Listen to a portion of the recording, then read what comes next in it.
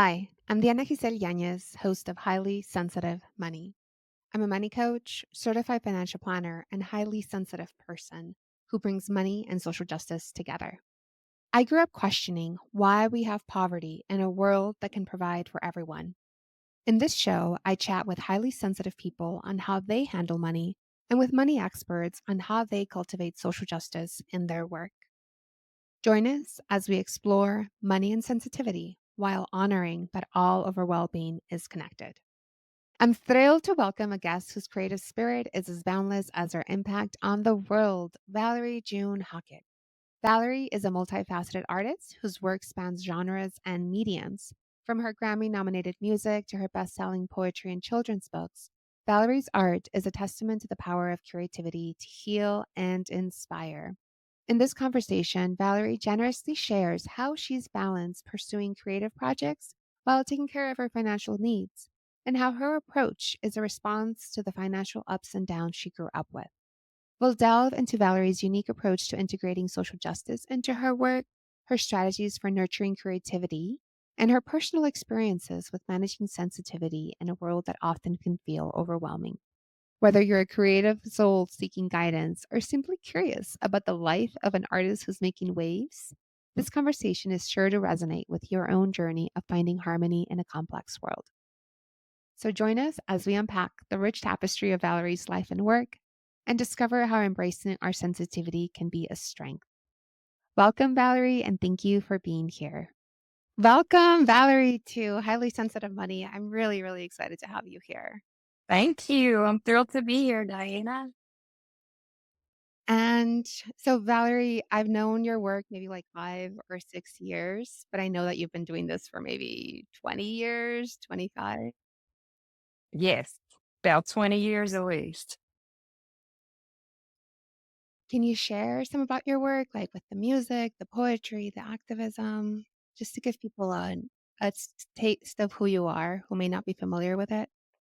Well, just I can describe myself as a highly creative individual because I do play many instruments and I paint, I draw, I write poems and essays and books and you know, I just have been working in the world of creativity and art for, like we talked about, 2 decades, and I consider my life to be kind of like a playground, and it's so fun to be an adult and to get to spend my days creatively. Because when you're a kid, you get a little bit of that creative time if you have a lucky childhood. Yes, I hope all children do. But when you get to be older, there's so many things that responsibilities that pull us in so many different directions. And so I I like the fact that my work is creative and it's something that I enjoy and it doesn't feel like I'm working most of the time. And yet your work is so inspiring, at least to me. So this podcast is about high sensitivity, about money, about social justice. And when I started it, I had a mentor who asked me who would be like your dream guest. And you popped into my mind, even though your work is not specifically around money or social justice, yet the sensitivity that I hear in your music, the connections that you share, and also like what I've learned about you, the way that you embrace social justice. I got to meet you in person at the Radical Imagining workshop in Omega, which I felt was inviting all of us who participated to imagine a better world, not just for ourselves, but for everybody else. So I'm kinda starting at the end, like, I wanna hear how do you feel you incorporate social justice into your work of and into your play, into your creativity, and how do you hold that with a light heart? Wow, that's a really huge question, and there are thousands of questions within that question. And I think one of the ways that I feel moved as an activist and working in the social justice space is by asking questions. Just being okay with the fact that the answers aren't always clear. We don't always know what a healthier and more harmonious world to look like. But can we keep asking the questions? Can we keep our minds open enough to be ready to imagine what a new world could look like, what, gentleness around money could look like, what kindness toward each other really looks like in actuality. That takes a lot of questions in this world because the world we live in it's very heavy. There's so many, you know, just so many issues of darkness that happen around us every day. And in order for us to wake up and keep visualizing something beautiful, we have to ask the questions. How can how can I be fearless today? How can I be sweet in my life and in my heart to myself, but also to others? What is it going to cost me to be sweet? What does it cost to follow a dream? What does it cost to be a dreamer? Dr. King was a dreamer. He lost his life. It cost him his life. And I'm in, the South, and it's very much a religious area still in many ways, the Bible Belt. And so, people talk about Jesus and God. There's a sign down the street that says Jesus for 2024 because we're in an election year. And it says he's our only hope. And I could translate that to say spirituality in 2024. That's our only hope. Me seeing the humanness in you and you seeing the humanness in me and us coming together and seeing the oneness that we share. That is what I see that sign saying. But how do you really put that into work? How does it really happen? Because you can put the sign in the yard, but when it comes down to it, how does that really flow and materialize in your interactions at the grocery store or with people that don't look like you or people who are less fortunate or people who are more fortunate? Because we all out here trying to hustle and get ours. So, I have a lot of questions. That's really what I do in art is I share my craft in order to open people's minds to many different ways of seeing the world and dreaming and being magical. Because I think if we have more Dr. King and more John Lennons who wrote the song Imagine in the way we think. Nobody's perfect, but just in the way we think that we can start to dream and create a more harmonious and beautiful earth.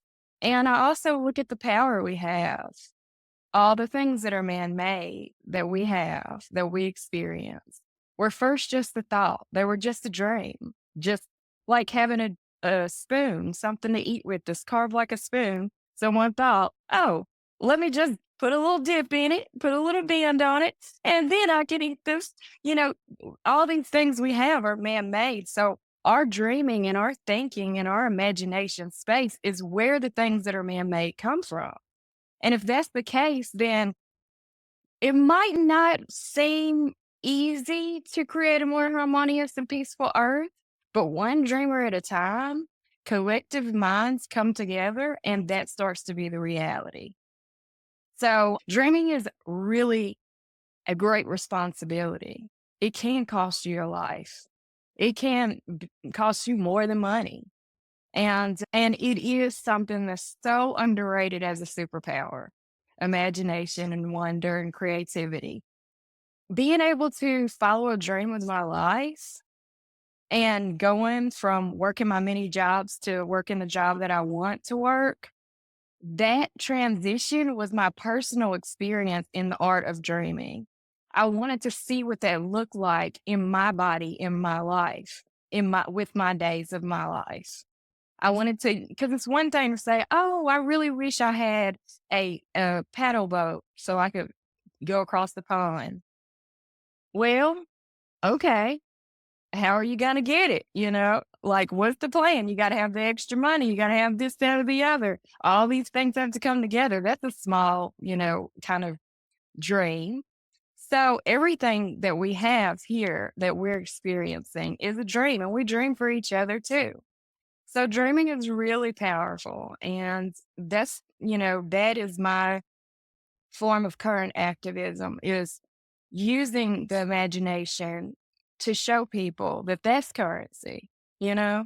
Imagination is currency. It is something that that is really richer than the world we see, because everything starts first there as a seed, as a thought. So if that world is richer, then put more focus on that imagination space and play there. And so by living my life this way as a creative, I hope I inspire other people to just spend a few minutes in their day between going to work and coming home to give yourself something that you dreamed of and play with it, and something that it takes growth and takes like practice to move toward. I use the word work, but I like the word practice because then it shows you how that comes together to create society, to create the world we live in, small little ways. Yeah, and I mean, man doesn't live by bread alone, right? So the work that we do is not enough to really sustain us in a deeper way because you said the world is so heavy.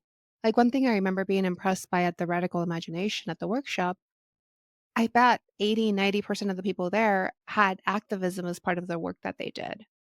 You know, your work really is feeding a lot of people who are imagining a world that's not here.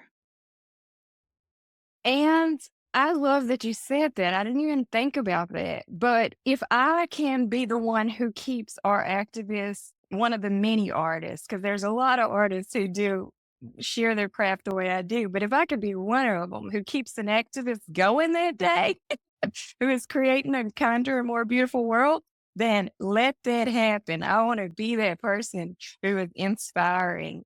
I want to inspire other musicians. I want to inspire other artists. I will do it through whatever means necessary, through clothes, through dance, through poems, through singing, through playing. I will create all day. It's sewing, whatever. What you want me to do? Wear something different, style myself, do whatever. Because I believe that strongly in the power of imagination and creativity. Yeah. So let's dive back into the money question. I'd love to hear what was the financial background of your childhood and how does that impact the work you do today? Wow. Well, my father owned a construction and demolition company, and he also owned a music production company, which was first thing to be a Black man in the South in his time period and have your own business, a small business.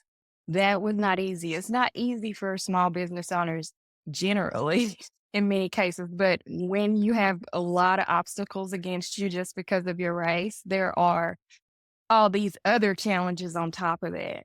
Getting a loan at the bank, going to bid a job, and because you don't know Joe or Paul and you don't look like them, you might not get it, these kinds of things. So there was a lot of times where it was hard and I saw them struggling. And my father also had that music production company, and that music production company was a company that he wanted to do for fun. That was his joy. So that's what I say when I say have both. You can have the work dream, the hustle, but you also have to keep the heart dream simultaneously. Don't give up on that because that enriches your soul and keeps your creativity going. And so I saw him take when he was prosperous in the work dream, he would fund the play dream of music and production. And so sometimes, he would gamble in the sense of, okay, he had a successful church he built or a house he built or something he demolished and he received some money. And he would take that money and be like, well, I want to produce a show. I'll get Prince or someone to come to Jackson to perform. And so if people showed up and they bought tickets, he made his money. But if they didn't, it was a gamble. He lost his money. And so twice in my lifetime, they had hit bankruptcy. And, it was when that happened, that everything was lost. It was like just hitting the bottom and just having to start all over. And so I saw what it looks like to fail and to still get up and go back to work and believe in your dream. It's not always going to be easy. It's not always going to just flow. There will be losses and there will be a lot of disappointment, but it's just like that's a model for how, to continue that. It's the longevity of it. It's the destination is not the thing, it's the journey of it. And so I saw it growing up, and I saw times where, you know, we would need to have lunch money or something, and they would bust into the penny jar and give us some change and be like, "Make that work." And we go to school paying for our lunch with change. Or sometimes if they could give free lunch, then we would, those kinds of things. But then when he had prosperous times, he would do things like, my first car. That wasn't my first one, but my second one. The first one people at church gave me. He would just be like, "Well, she's 16, she needs a car, and so I'm just gonna go get a car for her," because he had a prosperous time. So it was up and down, and my mother worked alongside him in the businesses. And there's 5 kids, and so even that alone, just seeing what it took to feed 5 kids when you work for yourself and you kinda don't really know when the next job's coming, that was a lot. It was a lot. There were times where we come home, the lights would be out, or, just that we would be eating things like neck bones because we couldn't afford steak. But my mom made them taste good. I'm telling you, them neck bones taste good. So these kinds of things where I saw how to balance life and how to balance the challenges and how to continue in the face of so many challenges and obstacles, how to continue to believe in your purpose is this particular path, and just to do what you have to do to make it work. How am I going to feed 5 kids tonight? How am I going to take care of the house, the lights, and all the bills? And so in my own life after growing up, I just decided that I always wanted to live within my means. So if that meant that I lived in an apartment with roaches crawling all over the place because I couldn't afford to get anything else, then that's what I was gonna do, because I was not gonna put the stress on myself of trying to live in a way that stretched me, you know? And that's so interesting because sometimes I work with clients whose imagination is like, I'm imagining this, so I'm spending this, even though I have this. So you had like a very grounded experience of money, it sounds like, as a young adult. Yeah, I started saving. We worked with my father's companies. And so we would get paid. They would pay us like $5 or whatever for the week. And I would see something that I wanted, and I would just start saving my money. And so I learned how to save in the time that I was working with my parents as well.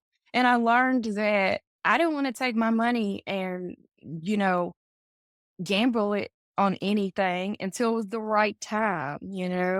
Understanding that, yeah, put some money toward your dream, but make sure that home and these priorities are always covered times several time periods in the forthcoming time. And when you're on your own business, you don't know what's going to happen. It could be like, hello, you and I lived through a pandemic. It could be like that. So you have to be ready for what's going to come. And for me personally, if that meant doing 3 jobs in one day, that's what I did.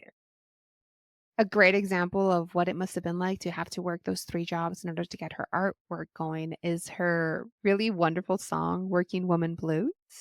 It's a parody song, and the video on YouTube for it is one of the best things. I really recommend that you watch that. Even now, I don't just do one thing. I do a lot of things because diversifying my skills just taught me that, okay, well, if this is a slow period on this particular craft, then I have this other craft that I can really put energy into, or this middle one. And so always having many buckets that I'm playing in is important. But if you have so many buckets, this is a creative kind of scattering of energy. So whichever one is the number one priority, because when I first got out the house and I moved to Memphis and I was working with jobs, I was like, I don't know what I want to do. Do I want to be a painter and go to art school? Do I want to be a musician? Do I want to be a singer? I had all of these dreams. So life kind of chose for me music and as the priority one. And so I have the other one. You don't let them die. You keep the light on, but you just can put a focus on something. Put a focus on the wealth of building your paying your bills and having some steady income, but also putting a focus on a particular heart dream. That is the thing. And then have all the other ones that are kind of tiers under that that you still can play with. But there's a lot of different buckets and you know, sometimes you gotta take a break from your number one. Yeah, you gotta have fallow times, right? Times to rest. Yes. I love the work of Trisha Hershey. She talks about rest as an act of resistance, and it's just so powerful and great. And I 100% agree with her. I think that rest is currency. Like, if everybody got off the wheel, just what would be happening? Yeah, if everybody were well rested, if you could take a day off when you were sick, if you could, that's it doesn't feel like radical imagination, but in the world that we live, it is kinda radical because not everybody has a chance to do that. It's totally radical. That is to rest is radical because I was just even talking to a guy today. He was doing some house renovation stuff and he was just like, I don't have time to cook.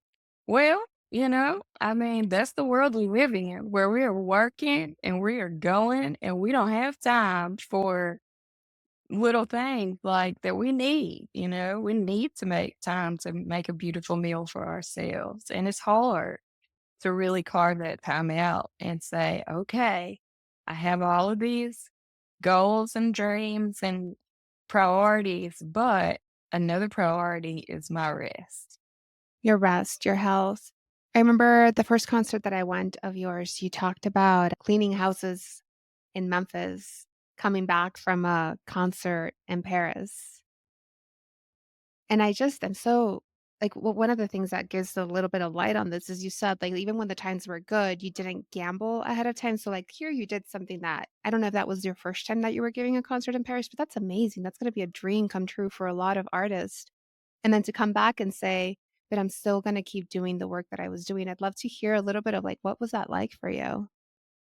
Well, maybe I stayed too long in my cleaning and in my main job as the dream started to come true and I was getting gigs in different parts of the world. But when I looked at the numbers, because I do budgets, I looked at the numbers and I said, well, this is how much I have coming in for my gigs. Can it cover all of my responsibilities? And it couldn't yet. So I needed to keep that day job going. And once I saw that either you could do it like this, you have enough saved that, maybe you have 6 months to a year of your life saved and you can take basically a sabbatical to focus on your art because you got art making you a little bit of money, but you want to push it to where it's making you all your income. You could take that leap, but don't take that leap until you got a chunk saved. Or the art starts making so much money that you can let go of the job. So, knowing when to do that though is the hard thing. And I think sometimes that I waited too long to make that transition because physically on my body, the work I was doing was hard. And then I got sick. And I think it has something to do with needing to rest and not, you know. Yeah. And often when I work with women, like women, we tend to save more in cash. We tend to stay out of the stock market. We're more risk averse, which actually makes us better investors because we buy something and we stay with it. Like as it's going up and down, we give it time to grow. So it's a really funny thing. It's kind of like a double edged sword that we can be too conservative on one end, but it makes us more diligent on the other. Mm, I love So to hear that. yeah, it just, I didn't it's a know we common were like experience for that. women. Yeah, there's a lot of things about working with because most of the people that I work with are women, right? So they wanna be more educated before they make a decision. They wanna feel really heard. They wanna feel and they also, like, look at worst case scenarios more than men. Men tend to just be more aggressive, and it's just kinda like the way that we're gendered. Maybe it's biological, I don't know. But that's what I've seen in my practice as an investment manager. Wow. I do wonder, like, if it has anything to do with where we are in society too. Like, there's a lot of freedoms that we have in, well, we could say North America as women, and opportunities that we get. The pay isn't equal yet, but I wonder if being in that place of like, I don't know if under is the word, because I feel like we're No, so it is true though, because I remember reading this somewhere that when because again, women are, like, physically weaker, our brains often are we're just, like, monitoring other people to see when they might get off and they might get angry. So it's just right. it's biological. So our brains, like, our communication has to be a little bit more it has to be stronger so that we can soothe them with words. And there is something about being, like, on the power scale being down that can make you more sensitive to how people around you are doing. Wow.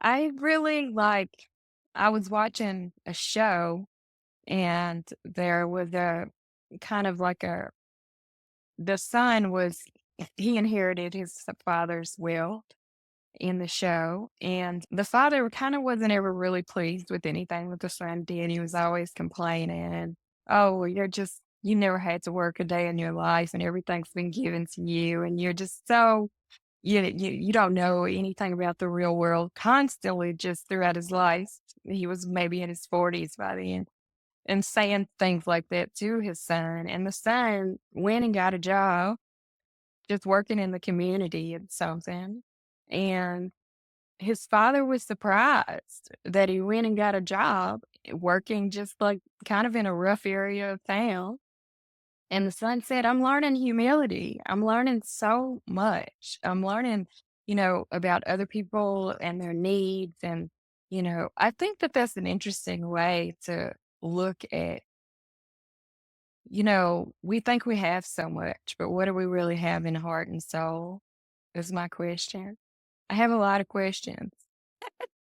Which is what you said fueled your activism, all the questions, like, what is behind it? Yeah, what is behind people's decisions? And you said something at the beginning about it being your journey for, like, the past 20 years to start in one place and be where you are now and, like, everything you've learned on the way. That was really beautiful.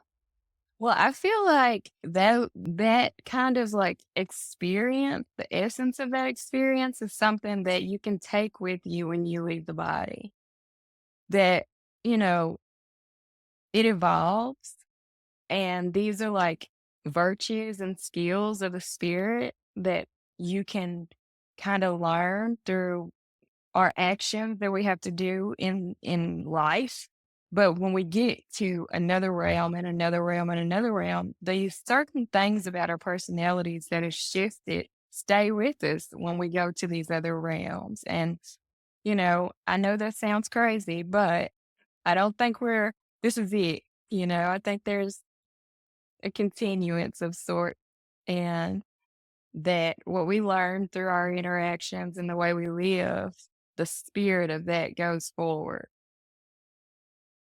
And why do you think we have money? It's really just the way we've set it up, set up society.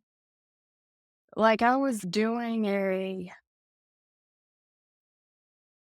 retreat where I led a workshop, and it was at Middlebury College, and the subject of it was beyond Bretton Woods, and there were economists from all over the world. And it was fascinating. Not only economists, but physicists, astronauts, like so many people from different backgrounds and all coming together. There were elders from the native communities and things coming together to ask questions like, well, why do you think we have money? And what does it look like to move into a time where climate change is happening, AI is happening? Like, political unrest, wars, all of these things are happening, and there's an acceleration that we're feeling. And what does it look like when, there's not enough money to really fix all of those problems? You know? Well, and I mean, I spend a lot of time thinking about money, obviously with my work and with my interests, and there's so much concentration of wealth. Like I remember hearing somewhere that like when you think about the income inequality, it's like there's a group of people who just want to have shoes. Then there's another group of people who want a bicycle. And then from bicycle, it's like a private jet. Like the level of need just jumps so many levels. It's such a small portion of the people who have everything. And it just feels like I guess it's always been like that. There's always been people with more and people with less, but we're at such an extreme. Yeah. It is. It's Um, such an extreme, and it's just this thing where doesn't it have to shift? Because a lot of the work that we do to make money will shift to more an AI experience. So when that happens, then do we start to ask questions like, what does universal income look like? mhm, What does mhm. like it look like for human beings? AI doesn't have to be bad. I have a question about like, can it take all the work, not all the work, but many of the jobs, and then we create a new system that allows people to have more flexibility to enjoy time with their kids and living, and And to things aren't cook the so healthy hard. meals. It's not Mhm. so hard. Does it have to be so hard? Does it have to be so hard? I don't think it has to be. I think we can recreate a world where it's gentler. And I think it Mhm. could be, done because we have the advancement of technology, artificial intelligence, especially. And that could be used to sculpt a gentler life for all of us physically, like not having to work as hard. Maybe we spend the day taking, as an aunt, I could take my nephews and nieces to the park or whatever, and we could go get ice cream after that. And I could actually see them more. Mhm. Maybe life shifts and our qualities and things that we really, really are spending all our time making money and working hard for, those things start to shift. I think it could be, and I'm curious about questioning all the different ways it could be. And so at the Beyond Bread and Woods retreat, we did have like some workshops where we were able to break into certain smaller groups.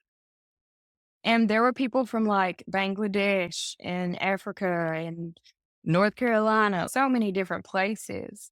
And just knowing that like what a universal income would look like for us here is not the same as what it would look like for people in Bangladesh, because the gentleman there, he was from the UN, he said, they'd be happy you get a potato, you know? Mm. And I was just like, wow, okay, yeah. But I could see how with where we are in my area in the rural South and also in Brooklyn, I could see how if we shifted and we started to like have more green spaces and we were growing more food right directly in communities, that we could have like just walking down the street, tomatoes, cucumbers, gardens, just all throughout. And with solar energy, could we not have like solar powered irrigation system running down the front of buildings so nobody has to work hard going out there watering this stuff? you know, and would that not shift some of the food issues and food deserts, and I mean, also there's so like, many. yeah, this is where the Yeah. questions come in. Well, and what's interesting is the solutions that were before and that have been taken away. So I'm in Mexico City, and Mexico City is a swamp, just like the DC. And it has rainy season like 3 to 6 months out of the year. What we had here before the Spanish came 500 years ago, it was called chinampas, which were little islands that were made by people like using these type of trees that would kind of solidify everything. So when the rains came, the water would rise, but nobody got flooded. And there was a place to hold the water. Because right now, Mexico City has droughts and it has a rainy season, and they're not spending the energy that they could be on making that right. Like the swamp was drained because the Spanish who came had a different idea of what a city looked like, even though that the way that it was before was actually responding to the environment. So there's something that and I mean, you said that there were elders at the Bretton Woods, like Indigenous elders. There's something about the way that things have been done in the past that needs to be brought back. I keep hearing about David Graeber, who wrote this book about like the history of everything or something like that. And he talked about how different societies have been organized in different ways. So that part of radical imagination, it's like sometimes we just think we're so busy making it through. We're so busy putting food on the table, paying the bills, making sure that we have at least one evening off to rest, that we don't question where we are again, which is why imagination is so powerful. And I think it's also why we saw so many shifts in the time where we did have the pandemic, because everyone across the globe was told to stay home. And there was like this pause where people were like, oh my goodness. There was time to look at the world and be like, wow, you know what? That doesn't resonate with me. I kind of want to see a change there on certain political issues and certain issues that face everyone in society, you know? And so we saw a lot of activists and people actually being able to make a deep impact because there was a moment to like a year just kind of to slow down and to breathe and be like, wow, what do we want it to look like? You know? Yeah, and it feels like in a lot of ways we're back to where we were before the pandemic and just being really rushed. Oh, And yet I And yet for many people, like, it was a really good I know for myself, like, I changed my direction of my work during that time. It allowed me to, like, expand in ways that were more aligned with my values, with who I wanna be, and I know that's true for other people too. I've seen it too in my own life and in other people's. And also see, you know, how hard it is to slow down and to Mm. say, oh, there was a lady after I would get off from cleaning houses, I would go to this store. This was a store I enjoyed working at called Maggie's Farm, where they sold herbs and natural healing remedies. And they also sold like soap and, you know, oils and lotions and potions.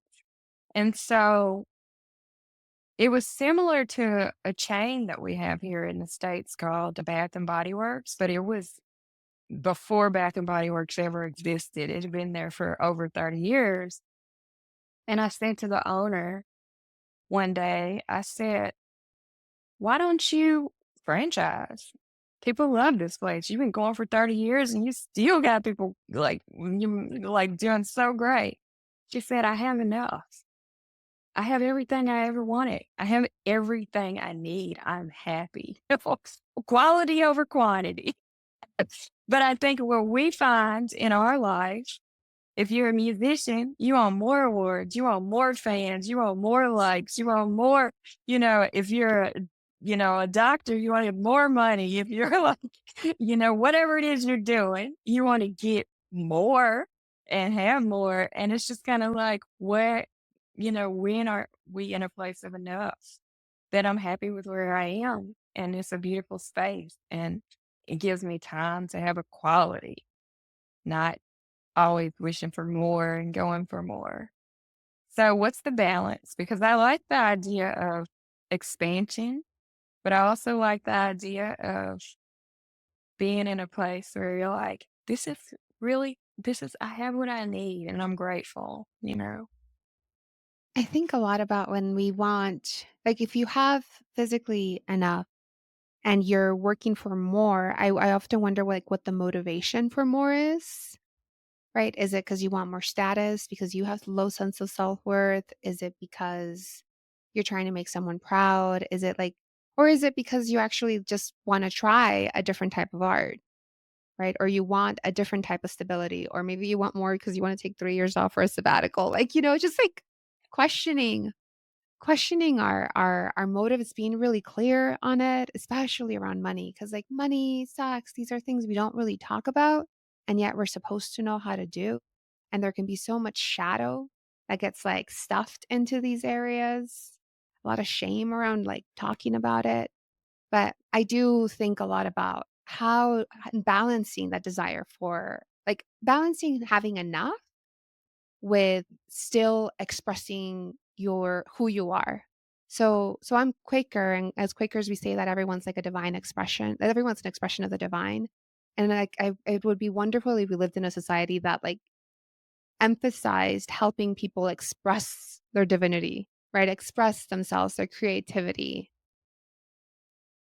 Yeah. I agree, and I do think that there are planes where that exists. There are even, like, pockets in the world, like, even being with y'all at the Omega Institute, that was, like, one of these Mhm. bubbles where that space and time was made to explore creativity, and I think there are corners of the world where that does exist here, but I think there are whole realms that in other spaces where that's the way of being. That it's not structured around money, Mhm.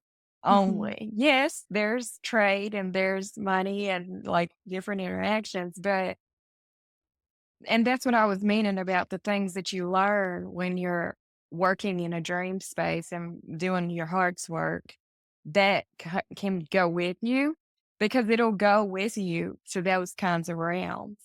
I could spend some more time really thinking about about money and how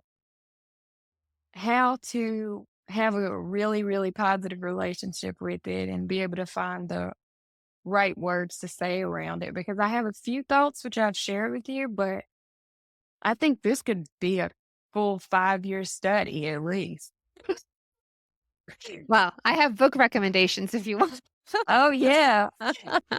There's a book I'm currently reading called Power by Robert Greene, and it's really an interesting read. It's like 48 laws of power.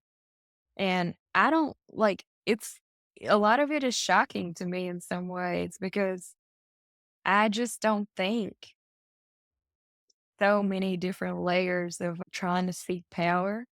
But I think that sometimes people want money because they want to have that power, you know, and the power will make the life easier in a lot of ways. Yeah, and there's a book that I read, Money and the Meaning of Life by Jacob Needleman. Well, he says that there's been other versions of society where showing your status was shown through how you took care of people. Like in the Northwest, the Indigenous people had like potlatch communities. So potlatches were meant to destroy wealth.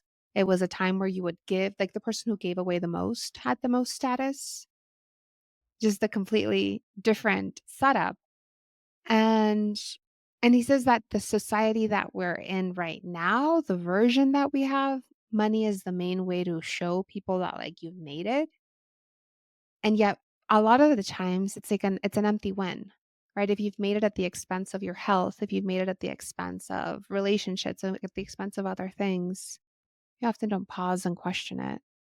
Have you really made it? Yeah. There's a book called Wealth Supremacy by Marjorie Kelly, which is a very Mhm. interesting book as well. Just I thought it was interesting, just even the name, wealth supremacy, because, there's the subject of white supremacy will come up with people sometimes. But when that came up, especially during the pandemic, I was always asking myself, aren't we thinking about like, yes, that exists, but the real issue to me would seem around wealth supremacy. Wouldn't that be the more Mhm. because ultimately, like, we are all in this certain point together, like down here. I don't care if you got several $1,000,000 compared to that gap you were describing earlier of all the people who have that Yeah. major wealth. We're all down here. So it's kind of like there's a superior kind of a power that's given to wealth. And it's just this thing where if we could look at it like the tribe you were describing, where our status wasn't in that our status was in another way, then I think that could help shift a lot. Just to be like, reach that point in the year where it's like, okay, we give away our will. Well, we rely on each other as opposed to hoarding to take care of ourselves, right? A lot of the times where we think everyone should choose safety, should choose hoarding, when instead we could choose relationships and depending on each other. That's true. And as a hermit, I find it hard sometimes because relationships involved being a part of being part of the community. But in some ways, I'm also thinking a lot around what is the hermit's role in the community? Because I think you can kind of be a little bit more in the community than you think you are. You don't have to be like the social butterfly of sorts to really still have a role in a community. And so I think that's sometimes when we think about community, we think, oh, I need to be at the potluck. I need to be at the yard sale. I need to be at the, but maybe what you need to do is just focus on your space and your bubble and the kindness that you're sharing and the energy that you're exuding out, and that's enough. You know, like, Well, hell, and I mean, what are the ways to be a part of community? Sorry, this ear. Like, I remember the concerts I've attended of yours, Valerie, you've been so it felt like you were working the energy of the crowd, and, like, however much alone time you need in order to be able to do that when you are in front of people is the right amount of alone time. I don't know if you needed my permission, but as, like, a really excited fan. I'll take it. Thank you. You're right. I didn't think about it that way. I didn't think about it that way, but that's true.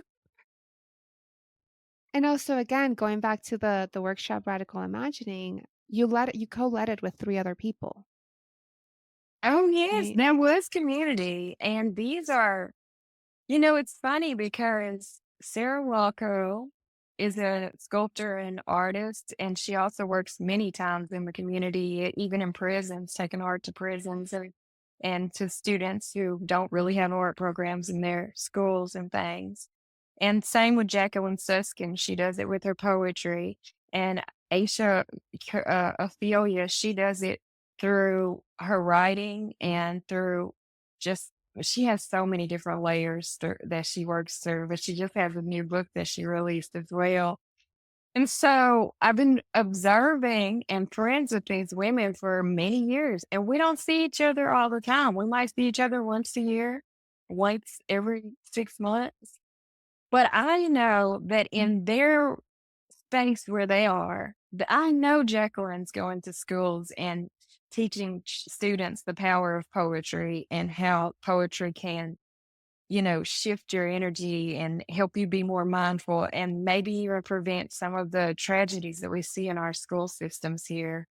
Um, and I know that Aisha is doing the same in her community and that Sarah is doing the same in her community. So just knowing that these other amazing women are out there, and yes, they all have day jobs and things that they're doing or running businesses, but this is also the work that they do. And so I think you're right that there are so many different ways that we can have community. It doesn't have to look like showing up at the potluck every Sunday. Yeah, or being Martin Luther King, right? That's another thing that I hear a lot. It's like now we have movements as opposed to like one centerpiece. Again, this that workshop, I'm someone who's like recently recognized that I'm highly sensitive, and at that workshop, I feel like when I mentioned it to people, they're like, "Oh yeah, I know what that is, and I know this is the things that I do." And all of the unstructured time, the time like connecting with trees, getting moonbats, it was so restorative. Have you heard that term highly sensitive before? Do you relate to it? I have only heard of empath, and I liken it to that. Do you think it's different than being an empath? I think, I mean, from what I understand, it's more focused on like empaths can be more focused on people, whereas HSPs can be just focused on everything. Like the energy can be very diffused and they can be very impacted by everything. There is a lot of like overlap though. I used to have a lot of shame because I can't handle the news too much. I can only take the news like in very small increments. Otherwise, I'm like out crying, just being like, why are people like this? Just super Right. confused. And it is empathy, but it's also just, like, maybe just sensitivity, and I feel like this podcast for me has been a way of just being like, sensitivity is not weak. Sensitivity is just it's like when you have a really good sense of smell, you know, you can smell a gas leak before anybody else does. Yes, that's definitely a bonus. I know what you're saying, and I do feel like a highly sensitive person. I know because similarly, we both are like that about the news, where I mean, it just breaks your heart. It just breaks your heart sometimes, you know? But I've started to work in the realm of alchemy where I hear the news, I can hear the news, and I can do spirit work around what I'm wishing to see. And I live in that space, in the space of, okay, this happened. What do I wish to see? What would be Mhm. the kind of the elixir or the healing for that particular thing that occurred in the world? And before that, though, I couldn't watch it. I mean, for years, there's just been chunks, and even now I have to choose the way I receive it. I read it more than watch it because I can when I read it, I don't get as much commentary from others. So I just get the facts and I read the facts and then I listen to what my inner heart says and what my inner self, my higher self says about whatever occurred before I listen to what the world is saying about it. And I might go back and listen to some things that, maybe a podcaster or someone on the news is speaking about an issue. But really, like, I just want to get centered first after hearing a tragedy and then after that, then start to absorb where the world is in that space because I have to protect myself. I'm a highly sensitive person or I will be on the floor, girl. On the floor. I won't get up either. I will not get up. I'll be crying all night. Yeah, it's like, I know sometimes your heart breaks so much, you just wanna become cynical and bitter, or I know I that was something that would happen to me, just looking at people and being, like, too distrustful, so it's like, "Okay, let's take it a notch down." Well, we're at the hour mark. It's been such a pleasure. Thank you for talking about this. It's something that I haven't heard you talk about anywhere else, money, but I was just curious, especially just your strength in going towards your art while doing everything else. It really inspired me and yeah, thank you. Thank you for your work. Thank you. Thanks for inviting me on the podcast. I appreciate it. Thanks so much. Well, thank you all for listening to today's conversation with Valerie June. It really was an honor. It feels like one of my main goals when I started this podcast that I didn't know was possible just happened. So thank you for being here, for listening, for being a part of it. And thank you, Valerie June, for coming out of your hermitage to share your creativity and your magic and your wisdom. I want to end today's recording by reading one of Valerie June's poems from Maps for the Modern World. The title of the poem is Who Are We? And here is her beautiful illustration of it. It says, Who are we? To be creative, to try to change the world without becoming politicians, to try to give people inspiration, to be simply great and absolutely wonderful, to create worlds within this world. Yeah, to just who the hell are we? We're dreamers, right? To quote what she often said during this short conversation, we're dreamers, and radical imagination can create a whole new world. Thank you for listening to Highly Sensitive Money.